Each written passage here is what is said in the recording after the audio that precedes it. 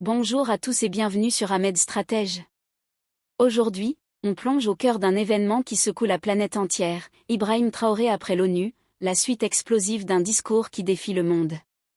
Si vous n'avez pas encore vu ce discours qui a fait trembler les puissants, restez avec moi, car ce que je vais vous révéler va vous laisser sans voix. Imaginez un leader africain qui ose dire non aux grandes puissances, qui expose leurs hypocrisies et qui rallie des millions derrière lui. C'est explosif, c'est révolutionnaire, et ça change la donne pour l'Afrique. Avant de commencer, si cette vidéo vous plaît, n'oubliez pas de liker, de commenter vos réactions et surtout, abonnez-vous à la chaîne pour ne rater aucune analyse comme celle-ci.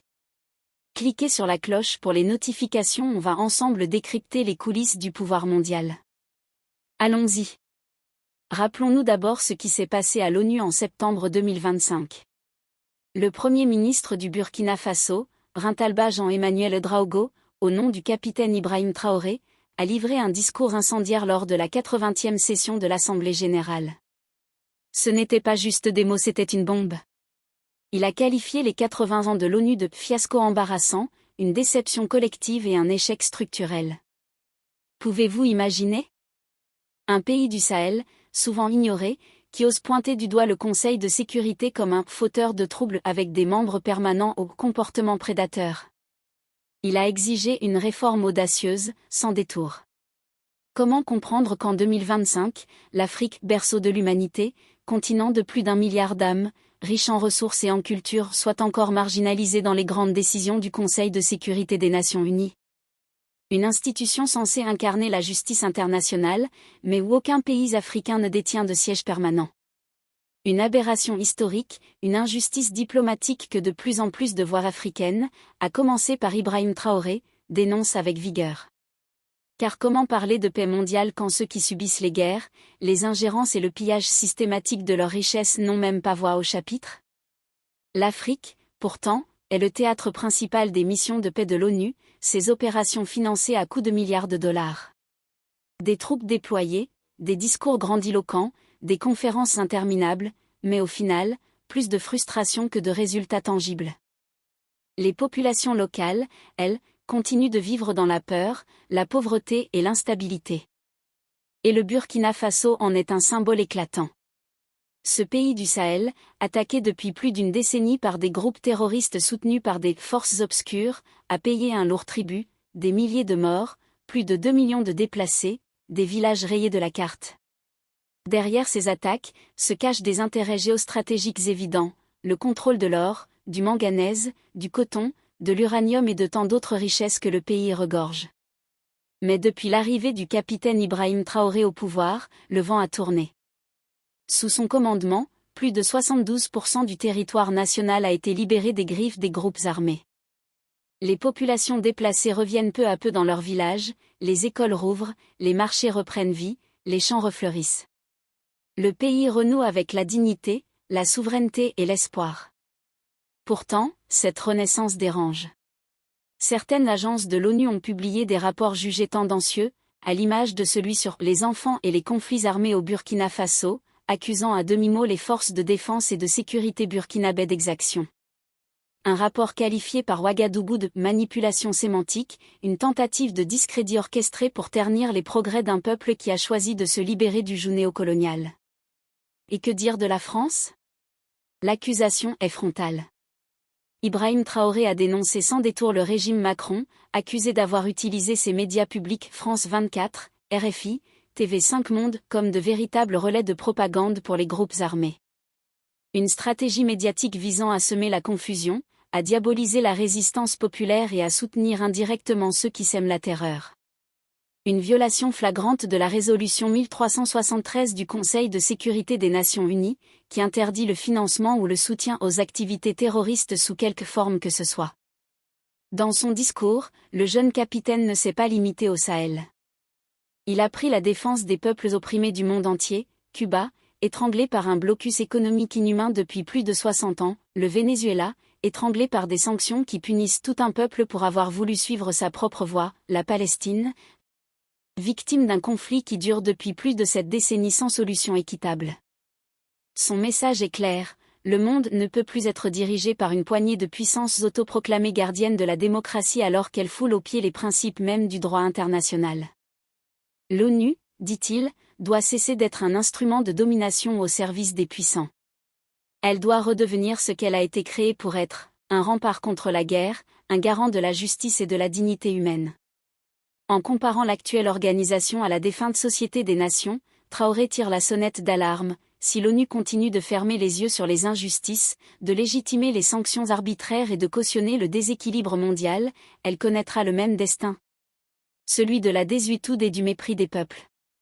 Son appel résonne donc comme un cri de vérité venu du cœur de l'Afrique, un appel à la réforme, à la souveraineté et à la fin de l'hypocrisie internationale. Pour la première fois depuis longtemps, une voix du Sud ose défier les dogmes établis et rappeler au monde que l'Afrique n'est pas une victime, mais un acteur incontournable du destin planétaire. Ce discours n'était pas une simple allocution, c'était un défi lancé au monde entier. Et la suite ? Explosive, comme promis, si vous sentez l'excitation monter, abonnez-vous maintenant pour plus de contenu qui révèle la vérité cachée. Partagez cette vidéo avec vos amis qui s'intéressent à la géopolitique africaine ensemble, on amplifie ces voix. Maintenant, passons à l'après. Le discours a envoyé des ondes de choc à travers le monde. Mais Ibrahim Traoré n'en est pas resté là. Déjà en août 2025, avant même l'ONU, le Burkina Faso avait expulsé les Nations Unies de son territoire. Une décision historique le 18 août, sous la houlette de Traoré, pour reclin sa souveraineté et sa dignité. Raison ? Tension autour d'accusations de violation des droits humains, notamment un rapport ONU sur les enfants, vu comme une ingérence biaisée. Traoré l'a présenté comme une lutte pour l'autodétermination africaine, contre un jugement international perçu comme néocolonial. Les implications ? Un choc diplomatique mondial. Est-ce un pari risqué pour un État fragile ou une réclamation défiante d'honneur ?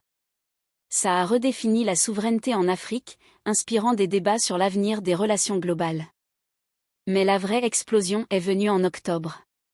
Face à un ultimatum de 14 jours de l'ONU probablement en réaction au discours et à l'expulsion, Traoré a répondu avec une défiance qui a choqué le monde. Dans une allocution cinématique, il a rejeté l'ultimatum « Nous ne sommes pas nés pour vivre à genoux ». Il a exposé l'hypocrisie de l'ONU, sans détour ni diplomatie. Ibrahim Traoré n'a pas mâché ses mots, il a dénoncé le silence assourdissant de cette organisation censée protéger les peuples, mais qui ferme les yeux sur les tragédies africaines. Où était l'ONU quand la Libye, l'un des pays les plus prospères d'Afrique, a été détruite en 2011 sous les bombes de l'OTAN? Où était-elle quand le chaos s'est installé, que les milices ont pris le pouvoir, que les esclavagistes ont réapparu dans les rues de Tripoli? Et que dire du Congo, un pays assis sur un trésor de minerais stratégiques, mais plongé dans une guerre sans fin depuis plus de 20 ans?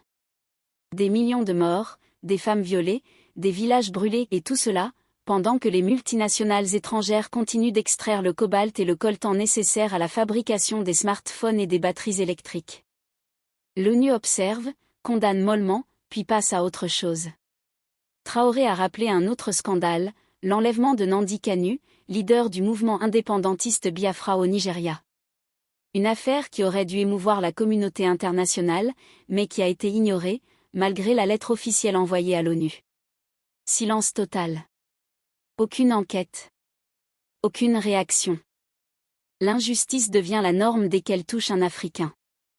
Mais quand un pays africain ose dire non, ose rejeter l'ingérence étrangère, tout change. Les réunions s'enchaînent, les sanctions pleuvent, les campagnes médiatiques s'intensifient. Quand l'Afrique résiste, l'ONU agit non pas pour protéger les peuples, mais pour défendre les intérêts des puissants. C'est cette hypocrisie que Traoré a mis à nu devant le monde. Il a accusé l'ONU de transformer la paix en business, d'avoir fait de la souffrance humaine un marché rentable. Derrière chaque mission de maintien de la paix, derrière chaque opération dite humanitaire, se cachent souvent des contrats d'armement, des marchés de reconstruction, des entreprises privées prêtes à profiter du chaos. La souveraineté est devenue une marchandise.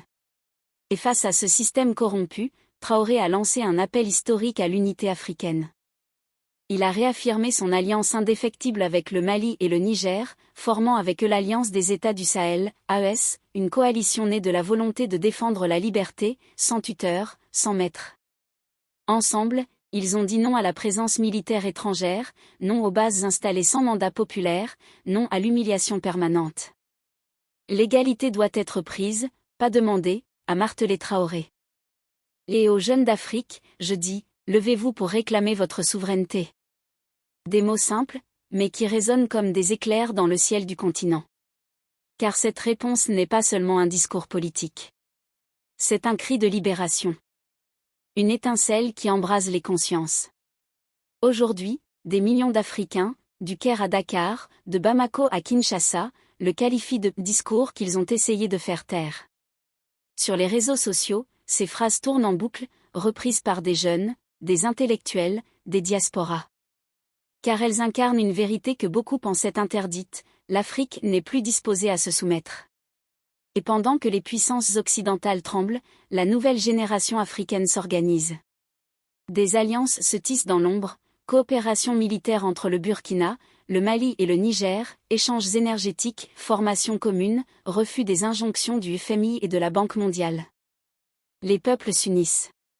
Le Sahel devient le laboratoire d'une révolution panafricaine. Face à cette montée irrésistible, les anciennes puissances paniquent. La France, déjà chassée du Mali et du Burkina, voit son influence fondre comme neige au soleil. L'Union européenne multiplie les communiqués, le FMI brandit la menace économique, le Conseil de sécurité s'agite mais rien n'y fait. La jeunesse africaine a cessé d'avoir peur. Le Burkina Faso, jadis au bord de l'effondrement, est devenu un symbole continental. Le symbole d'un peuple qui reprend son destin en main. D'un pays qui, au lieu de tendre la main pour mendier, lève le poing pour exiger le respect. Et maintenant ? La question brûle les lèvres, jusqu'où ira cette révolution du Sahel ? Va-t-elle s'étendre au reste du continent ? Est-ce le début de la fin du néocolonialisme ? Ou le début d'une ère nouvelle, où les peuples du Sud redéfiniront les règles du monde ? Une chose est sûre, rien ne sera plus jamais comme avant. Et, si cette analyse vous fait vibrer, abonnez-vous tout de suite. Cliquez sur le bouton rouge et rejoignez la communauté qui décrypte ces événements historiques. Laissez un commentaire, Traoré a-t-il raison ? Ou, quelle sera la prochaine étape ? Vos interactions boostent la chaîne. Analysons plus profond. Pourquoi ce discours défie-t-il le monde ? Traoré incarne une nouvelle génération de leaders africains, jeunes, militaires, anti-impérialistes. Il challenge l'ordre mondial post-colonial, où l'Afrique est vue comme un réservoir de ressources. En critiquant la France accusée de soutenir le terrorisme via ses médias, il touche un nerf sensible. Rappel, la France a été expulsée du Sahel, ses bases fermées au Mali, Niger, Burkina. Traoré pousse pour une alliance des États du Sahel, peut-être une confédération contre le terrorisme et l'ingérence. Implication globale, l'ONU perd de sa crédibilité. Si un petit pays comme le Burkina ose l'expulser et la défier, d'autres suivront-ils ? Afrique du Sud, Algérie, Égypte, des voix s'élèvent pour une réforme du Conseil de sécurité avec 2 sièges permanents pour l'Afrique. Climatiquement, Traoré parle de « miracle vert au Sahel », sauvant des milliards. Économiquement, rejet de l'IMF, push pour l'autosuffisance. Mais risque, isolement, sanctions ? Traoré parie sur l'unité africaine et le soutien populaire. Des millions le voient comme un héros, comparé à Sankara. La suite ? Peut-être plus d'ultimatums, mais aussi plus de victoires contre le terrorisme. Si vous voulez des analyses exclusives comme celle-ci, abonnez-vous et activez les notifications. Partagez pour que plus de gens découvrent cette histoire. Ensemble, on éclaire les ombres du pouvoir. Qu'est-ce que ça signifie pour nous ? C'est un appel à la vigilance, le monde change, l'Afrique se lève. Suivez Traoré, inspirez-vous de sa bravoure. Peut-être que la prochaine explosion sera une réforme réelle de l'ONU, ou une Afrique unie contre l'exploitation.